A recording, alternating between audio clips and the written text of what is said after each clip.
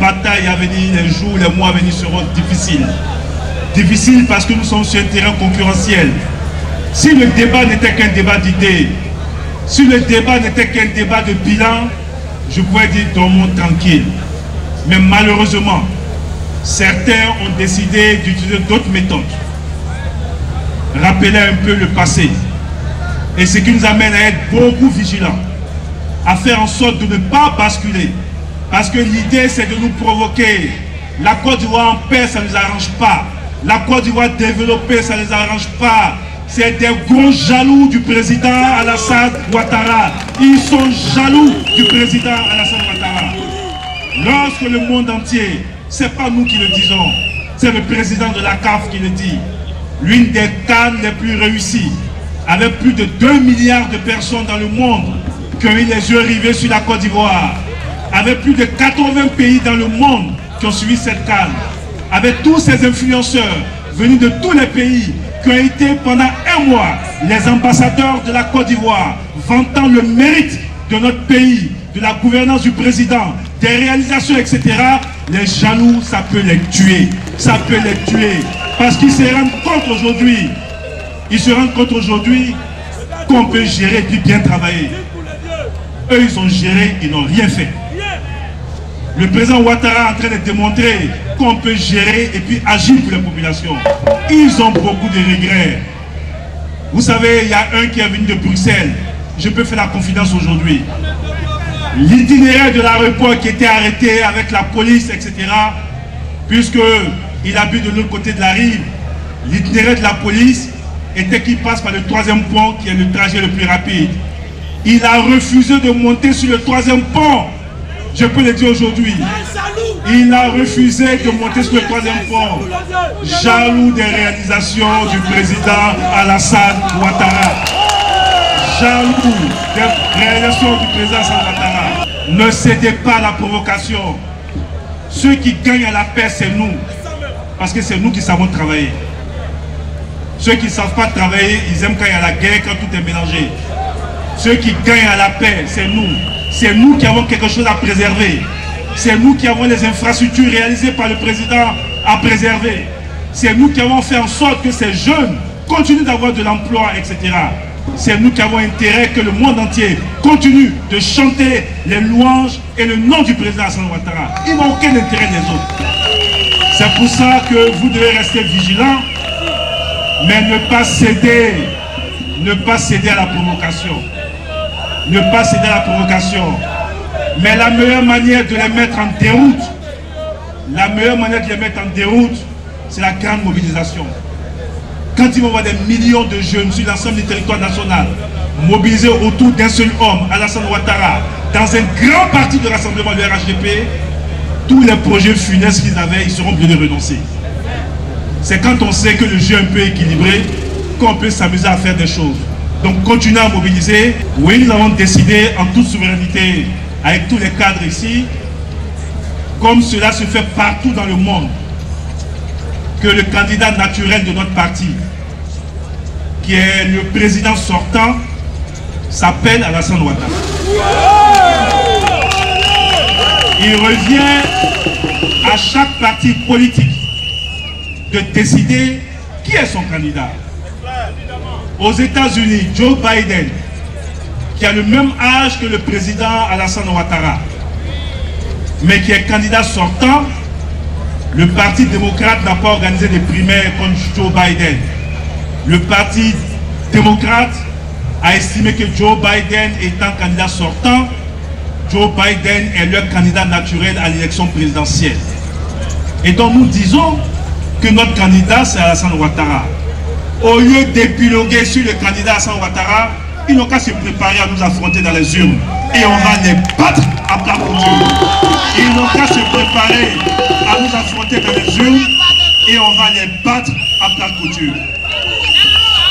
L'autre chose, c'est de dire qu'il faut rajeunir. Oui, on est d'accord. On est d'accord qu'il faut rajeunir. Mais Alassane Ouattara a commencé à rajeunir depuis 10 ans. Et ça, il faut le dire. Après Houphouët-Boigny, le seul président qui a fait confiance aux jeunes, qui a donné des responsabilités aux jeunes, c'est le président Alassane Ouattara. Je vois ici qu'en 2011, les Karamoko Yayoro, les Doumbia, Alphonse Soro et autres ont été promus à l'Assemblée nationale comme jeunes députés. Qui nous disent, eux, tous ces jeunes qui les ont suivis pendant des années, ils ont fait confiance à combien de jeunes en les mettant donc à l'Assemblée nationale? Zéro. Oui, c'est sous Alassane Ouattara que des gamins comme Mamadou Touré peuvent devenir conseillers à 35 ans. Abdourahmane Sissé, conseiller à 32 ans. C'est sous Alassane Ouattara que Karamoko Yayoro est conseiller à la primature. C'est sous Alassane Ouattara que Kona Yves a été directeur de cabinet, aujourd'hui PCA. C'est sous Alassane Ouattara que les Bédas ont eu des responsabilités importantes. Il y a 10 ans de cela, 15 ans de cela, quand vous prenez le top management politique en Côte d'Ivoire, nous on n'était que des bébés qui parlaient de nous. C'est Alassane Ouattara qui nous a confié des responsabilités.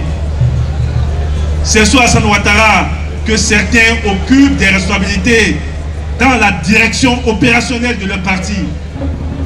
Même Kabé qui a été avec eux à un moment donné n'a jamais eu l'opportunité de faire partie d'un secrétariat général. C'est soit Alassane Ouattara qui est secrétaire exécutif, secrétaire national.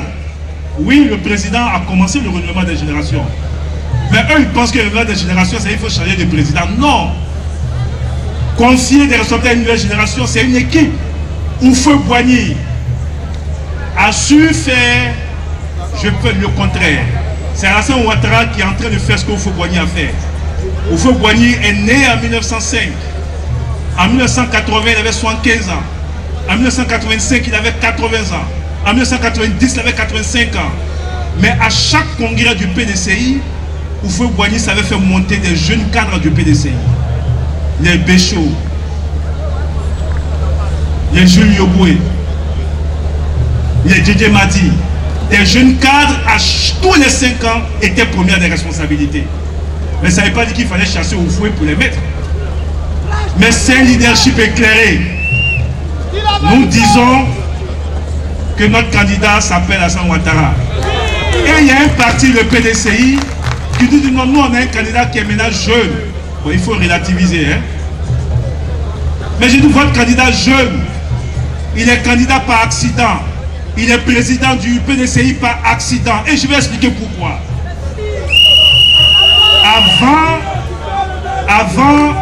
Avant la mort du président Henri Konan Bédié, au siège du PDCI, les femmes du PDCI ont organisé une conférence, non seulement pour appeler donc Bédié à rester président du PDCI, mais annoncer que le président Bédié est leur candidat en 2025. Les jeunes du PDCI, non seulement ont dit qu'ils soutenaient Bédié comme candidat unique à la tête du PDCI, mais ils ont annoncé que le président Bédié était leur candidat en 2025. Des hauts cadres du PDCI ont estimé que Bédié était leur candidat en 2025. Lorsque Jean-Louis Bion a osé exprimer l'intention de candidature, il a été ramené à l'ordre. Est-ce que si Bédié vivait, celui qui est là, il serait président du PDCI? Est-ce que si Bédié vivait, il serait candidat en 2025?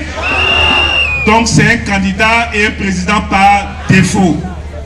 Et donc, quand vous avez passé votre temps, alors que vous aviez la possibilité de dire au président Henri Konan Bédié, président, vu ton âge, laisse la place à des jeunes. Mais quand vous avez soutenu Bédié, vous n'avez aucune leçon à nous donner Surtout que nous, on a un candidat qui est compétent, et qui a beaucoup à donner à la Côte d'Ivoire. Barack Obama a été élu président des États-Unis à 48 ans. Joe Biden aujourd'hui a 82 ans. C'est comme si on disait au Parti démocrate, mais pourquoi vous n'allez pas chercher un autre jeune pour être votre candidat? Non. Sortez des débats superficiels. Une élection, c'est d'abord une vision pour un parti politique, un projet, et la capacité que le leader a entraîné le groupe dans l'atteinte des objectifs que nous sommes assignés. Ils font exprès. Quand ils faisaient les désobéissances civiles en 2020 et qu'on allait aux élections présidentielles, Alassane Ouattara avait un projet. Qui connaît le nom du projet d'Alassane Ouattara? Comment son projet s'appelait? Son projet s'appelait Côte d'Ivoire Vision 2030. Ce qu'on a présenté aux Ivoiriens en 2020, c'est Côte d'Ivoire Vision 2030. Est-ce que 2030 est arrivé? Est-ce que 2030 est arrivé? Tant que 2030 n'est pas arrivé, notre projet n'est pas encore terminé. On est là, on est là, on est là et on est là. Parce qu'à l'horizon 2030, nous avons des objectifs. On a pris un engagement avec les Ivoiriens. La transformation structurelle de notre économie. La transformation à 50% de nos matières premières. Coton, café, cacao, etc. La création de 8 millions d'emplois à l'horizon 2030. La réduction de moitié de la pauvreté dans notre pays. Mais l'échéance n'est pas arrivée, puis vous voulez qu'on arrête. Pourquoi? On n'arrête rien ici. Nous, on va aller au bout et en 2030, on fera le bilan avec les Ivoiriens. C'est de ça qu'ils Donc, restez focus. La démocratie, c'est aussi ça. C'est normal que les autres aient leur candidat. Ils n'ont qu'à choisir le candidat qu'ils veulent. Inscrit sur la liste, pas inscrit sur la liste. On était dans l'opposition, on t'a tapé. On s'est affronté, on t'a tapé. Tu as quoi qui peut nous faire peur aujourd'hui, là où on est? Quelle que soit la personne qui sera candidate en 2025 contre le RHDP doit avoir les moyens démocratiques pour battre cette personne.